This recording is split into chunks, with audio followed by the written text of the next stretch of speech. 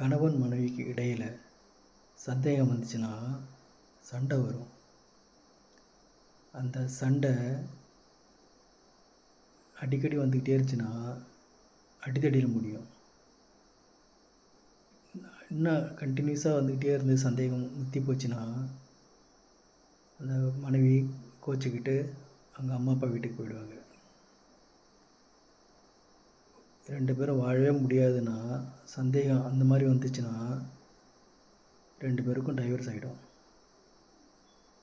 இல்லாட்டா டைவர்ஸ் ஆகாமல் திருப்பி சண்டை போட்டுகிட்டே இருந்தாங்கனாக்கா திரும்ப கொலையில் போய் முடியும்.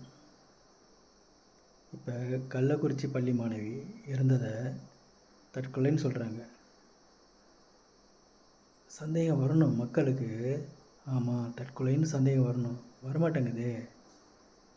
அந்த ஒவ்வொரு ஸ்டெப்லேயும் இல்லை தற்கொலை இல்லை கொலை தான் அப்படின்னு சந்தேகம் வருது.